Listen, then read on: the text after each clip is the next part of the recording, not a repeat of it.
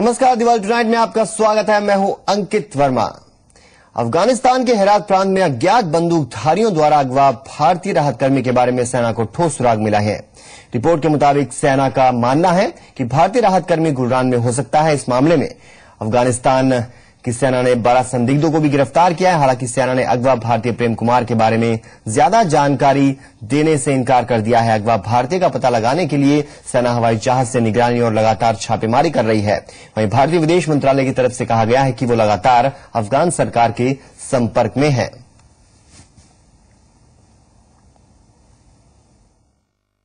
Our understanding is that the Afghan authorities have हमें जो पता चला है कि अफगान अधिकारियों को इस मामले में ठोस सुराग हाथ लगे हैं। उन्होंने जानकारियों को हमसे बांटा है और उस पर वो काम कर रहे हैं। मौजूदा स्थिति में काम आगे बढ़ रहा है और उन्होंने हमें सूचना दी है और साथ ही उन्होंने हमें विस्तार से ये भी बताया है कि इस मामले को सुलझाने के लिए किस तरह कोशिश की जा रही है। This is a work in progress and they have kept us informed. Bharat के प्रधानमंत्री पद की कुर्सी संभालते ही नरेंद्र मोदी ने अपनी अंतर्राष्ट्रीय नीतियों को लेकर रणनीति बनानी शुरू कर दी है। देश के बाहर और देश के अंदर तमाम अंतर्राष्ट्रीय हस्तियों से मिलकर मोदी भारत की स्थिति वैश्विक जगत में मजबूत करने की कोशिश करने वाले हैं। तो आइए जानते हैं कि इस पूरे साल कहां कहां होगी पीएम की अंतर्राष्ट्रीय व्यस्तताएं।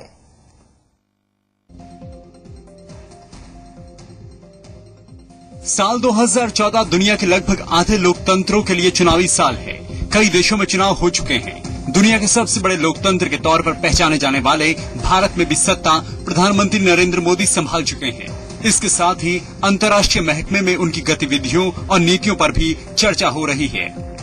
प्रधानमंत्री की गद्दी संभालने के बाद साल भर के भीतर ही अंतर्राष्ट्रीय राजनीति में नरेंद्र मोदी को सक्रिय होने का मौका खूब मिलेगा, क्योंकि ये साल अंतर्राष्ट्रीय कूटनीति का साल कहा जा सकता है। चलिए नजर डालते हैं नरेंद्र मोदी की अंतर्राष्ट्रीय व्यस्तताओं पर। शपथ ग्रहण समारोह से ही विदेश नीति की शुरुआत कर चुके पीएम नरेंद्र मोदी का पहला विदेश दौरा जून में होगा।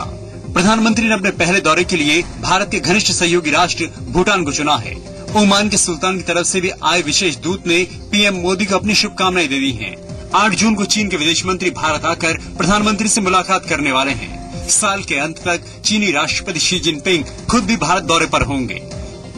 जुलाई में मोदी ब्रिक्स समिट के लिए ब्राजील में होंगे, जहां वो प्रधानमंत्री के तौर पर पहली बार दुनिया के शीर्ष नेताओं से मिलेंगे। जुलाई में ही पीएम नरेंद्र मोदी जापान के भी दौरे पर जाने वाले हैं। इसके तुरंत बाद सितंबर में संयुक्त राष्ट्र की जनरल असेंबली में नरेंद्र मोदी हिस्सा लेंगे। इसी दौरान वॉशिंगटन डीसी में नरेंद्र मोदी और बराक ओबामा की भी मुलाकात होगी। नवंबर में मोदी एशियाई पड़ोसियों से मुलाकात करेंगे। मौका ईस्ट एशिया समिट का होगा, जो म्यांमार में होने वाली है। इसके बाद वो ब्रिस्बेन में G20 देशों के सम्मेलन में जाएंगे, जहां प्रधानमंत्री को पहली बार अपने आर्थिक विजन को दुनिया के सामने रखने का मौका मिलेगा। भारतीय प्रधानमंत्री के तौर पर मोदी को विश्व की 2 बड़ी अर्थव्यवस्थाओं के मुखियाओं से मिलने का मौका इस साल मिलेगा। अब जब देश के प्रधानमंत्री नरेंद्र मोदी हैं, तो अमेरिका के राष्ट्रपति से होने वाली मुलाकात और भी दिलचस्प होगी। मोदी खुद भी 2 सहयोगी देशों जापान और रूस के साथ द्विपक्षीय वार्ता के लिए जाएंगे। जापान के प्रधानमंत्री शिंजो एबे पहले ही भारत आ चुके हैं और जापान और भारत के बीच सहयोग की बात कह चुके हैं। लेकिन इन दिनों विवादों में घिरे रूस के साथ भी भारत के संबंधों और अपने रुख को लेकर प्रधानमंत्री को अपनी राय रखनी होगी। यानी सत्ता का पहला साल ही नरेंद्र मोदी के लिए अंतर्राष्ट्रीय स्टैंड का साल होगा। ब्यूरो रिपोर्ट, जी मीडिया। पाकिस्तान के न्यूज नेटवर्क जियो पर संकट के बादल उसी दिन के बाद से मंडराने लगे थे, जब इसके वरिष्ठ पत्रकार हामिद मीर पर जानलेवा हमला किया गया था। मीर के भाई के हवाले से जियो टीवी ने हमले का आरोप पाकिस्तानी खुफिया एजेंसी ISI और सेना पर लगाया था। इस आरोप के बदले जियो टीवी का लाइसेंस अब से 15 दिन के लिए रद्द कर दिया गया है। वहीं जियो टीवी की भी तरफ से ISI पर मानहानि का दावा किया गया है। एक रिपोर्ट दिखाते हैं आपको। पाकिस्तान का सबसे ज्यादा देखे जाने वाला और सबसे प्रतिष्ठित न्यूज नेटवर्क जियो टीवी आखिरकार अब लोगों की नजरों से ओझल हो गया। जियो टीवी को बंद करने की कवायद पिछले 2 महीनों से चल रही थी, जो 6 जून को हकीकत में तब्दील हो गई, जब Pakistan electronic media regulatory authority ने इस न्यूज चैनल का शटर 15 दिनों के लिए गिरा दिया। 15 दिन तक जियो न्यूज पाकिस्तान या पाकिस्तान से बाहर कहीं नहीं देखा जा सकेगा। दरअसल जियो टीवी पर पाबंदी के बादल तभी घिरने लगे थे जब इसके प्रतिष्ठित पत्रकार हामिद मीर पर हुए हमले के पीछे देश की खुफिया एजेंसी ISI का नाम आया था। अकेले जियो टीवी ने इस खबर को प्रमुखता से दिखाया था, जिसके बाद ISI ने जियो टीवी पर मानहानि का दावा किया था।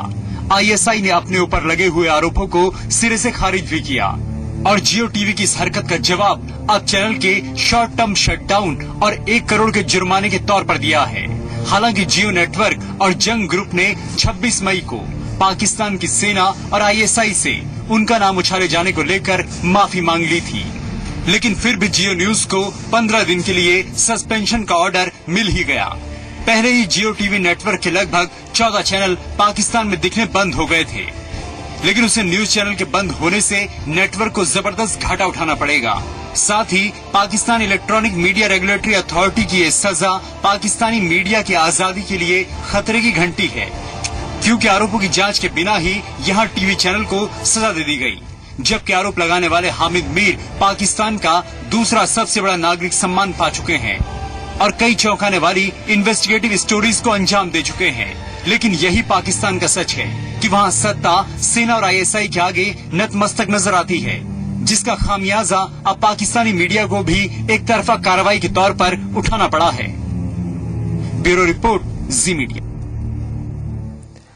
अफगानिस्तान में 14 जून को राष्ट्रपति चुनाव के लिए दूसरे और निर्णायक दौर की वोटिंग होनी है, पर उससे पहले तालिबान का खतरा मंडराने लगा है। शुक्रवार को काबुल में राष्ट्रपति पद के उम्मीदवार अब्दुल्ला अब्दुल्ला के काफिले को निशाना बनाया गया। अब्दुल्ला अब्दुल्ला को हमले में बाल बाल बच गए, लेकिन हमले में 4 लोगों की मौत हो गई। अफगानिस्तान में आतंक की जड़ें इतनी गहरी हैं कि यहाँ की आवाम हर वक्त तालिबान आतंकियों के खौफ में जीती है।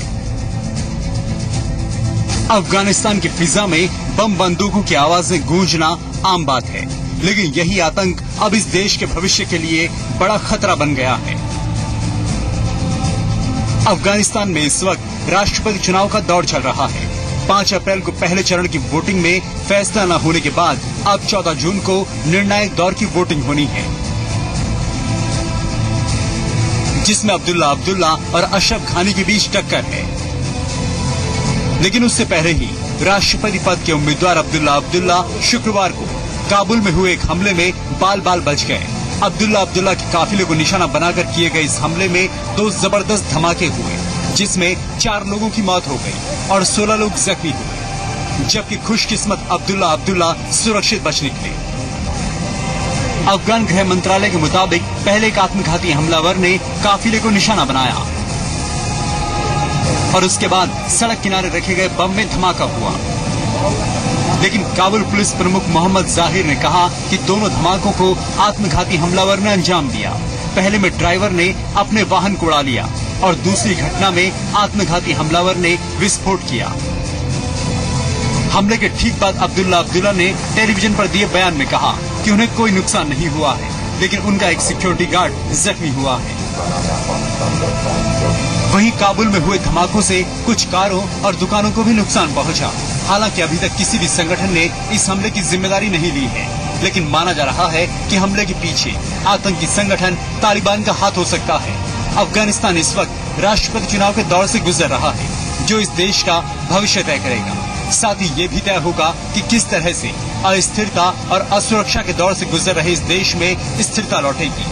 लेकिन इसी मौके को 2001 से सत्ता से बाहर बैठा तालिबान भी खुद के लिए मुफीद मान रहा है।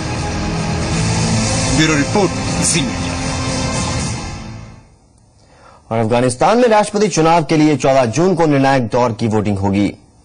इस बार पहले दौर के 2 टॉप उम्मीदवारों में अशरफ घानी और अब्दुल्ला अब्दुल्ला के बीच मुकाबला होगा, लेकिन चुनाव से पहले तालिबान ने हमले की धमकी दी है और लोगों को चुनाव के दूर रहने के लिए कहा है।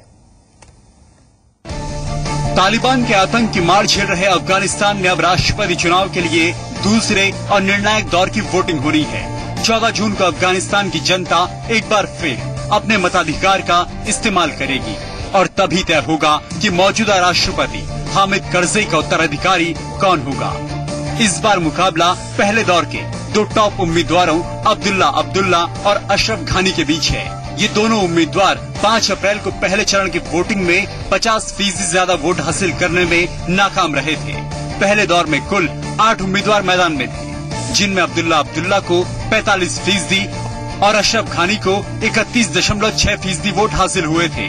लेकिन कोई भी उम्मीदवार 50% के जादुई आंकड़े को नहीं छुपाया। यही वजह है कि अब 14 जून को दोनों उम्मीदवारों के बीच निर्णायक मुकाबला होगा। लेकिन चुनाव से करीब 2 हफ्ते पहले एक बार फिर तालिबान ने हमले की धमकी दी है। तालिबान ने कहा है कि वो चुनाव के दौरान हमले करेगा, इसलिए आम लोग चुनाव से दूर रहें। अफगानिस्तान की सत्ता से साल 2001 में बेदखल हुए तालिबान ने 5 अप्रैल को पहले चरण के दौरान भी हमलों की धमकी दी थी। लेकिन तब अफगान चुनाव आयोग की सतर्कता और सुरक्षा बलों की मुस्तैदी की वजह से तालिबान अपने मंसूबों को अंजाम देने में नाकाम रहा था। अफगानिस्तान इस वक्त कमजोर अर्थव्यवस्था, अव्यवस्था और असुरक्षा के दौर से गुजर रहा है।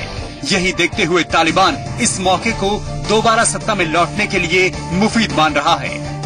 अफगानिस्तान के संविधान के मुताबिक एक शख्स 2 बार से ज्यादा राष्ट्रपति नहीं रह सकता, इसलिए जो भी नया राष्ट्रपति चुना जाएगा उसे करज़ई के बाद वो कुर्सी संभालनी होगी जिसमें फूल कम और कांटे ज्यादा हैं। नए राष्ट्रपति को विदेशी सेनाओं की वापसी के बाद अंदरूनी सुरक्षा दुरुस्त करने के साथ साथ गिरती अर्थव्यवस्था को भी संभालना होगा। वहीं 13 साल से सत्ता से बाहर बैठे तालिबान से निपटना भी एक बड़ी चुनौती होगा। ब्यूरो रिपोर्ट, जी मीडिया। सीरिया में राष्ट्रपति चुनाव में एक तरफा जीत हासिल करने के बाद राष्ट्रपति बशर अल असद पहली बार टीवी पर दिखाई दिए। असद इस दौरान ईरान के राष्ट्रीय सुरक्षा प्रमुख और विदेश नीति प्रमुख से मुलाकात करते नजर आए। असद ने तीसरी बार राष्ट्रपति चुनाव में जीत हासिल की है, जबकि सीरियाई विपक्ष और पश्चिमी देशों ने चुनाव को खारिज किया है।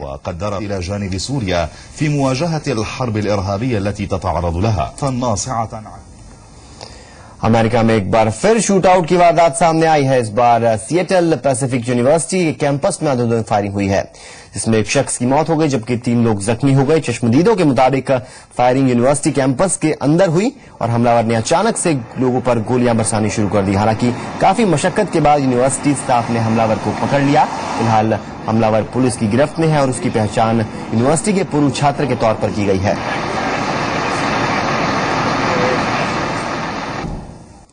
अमेरिकी राष्ट्रपति बराक ओबामा का हम आपको एक वीडियो दिखाते हैं। एक्सरसाइज करता हुआ एक वीडियो आजकल इन दिनों यूट्यूब पर वायरल हो गया है। यह वीडियो ओबामा के पोलैंड टूर के दौरान शूट किया गया था। ओबामा उस दौरान राजधानी वारसा के मैरियट होटल में जिम कर रहे थे।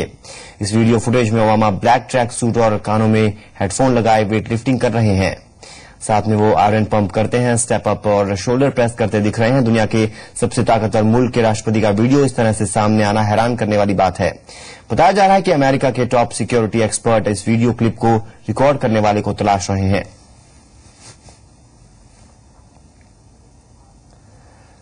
नीदरलैंड्स में चल रहे वर्ल्ड कप हॉकी में ग्रुप ए के मैच में टीम इंडिया और स्पेन का मुकाबला 1-1 से बराबरी पर छूटा। मैच का पहला गोल 28वें मिनट में रुपिंदर सिंह ने किया, पर यह बढ़त सिर्फ 6 मिनट तक ही कायम रही। रॉकोल्वा ने हाफ टाइम से ठीक पहले गोल दागकर स्पेन को 1-1 की बराबरी पर ला दिया। सेकेंड हाफ में दोनों में से कोई भी टीम गोल नहीं कर पाई। इस ड्रॉ के साथ भारत को 1 अंक मिला है और ग्रुप में भारत 5वें नंबर पर है, जबकि 2 ड्रॉ के साथ स्पेन के 2 अंक है और ग्रुप में इसका स्थान चौथा है। शनिवार को टीम इंडिया मलेशिया से 2-2 हाथ करेगी।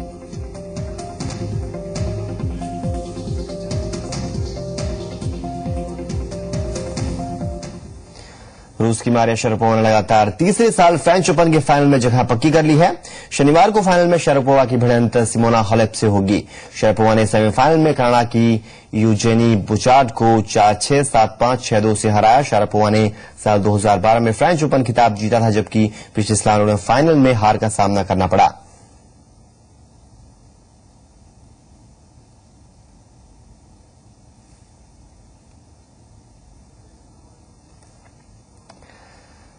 ब्राजील में फुटबॉल वर्ल्ड कप की शुरुआत में अब सिर्फ 1 हफ्ते का वक्त बचा है, लेकिन अभी भी यहां सरकार विरोधी प्रदर्शनों का सिलसिला थमने का नाम नहीं ले रहा। रियो शहर की सड़कों पर इस तरह के प्रदर्शन पिछले कई महीनों से जारी हैं। गुरुवार को भी हड़ताली शिक्षकों ने रियो की सड़कों में रैली निकाली और सरकार के बेहतर वेतन और बेहतर माहौल की मांग की। इन लोगों का कहना था कि जो पैसा सरकार वर्ल्ड कप पर बहा रही है उसे मूलभूत जरूरतों के लिए खर्च किया जाना चाहिए, ताकि शिक्षा और स्वास्थ्य जैसे क्षेत्रों की हालत सुधर सके।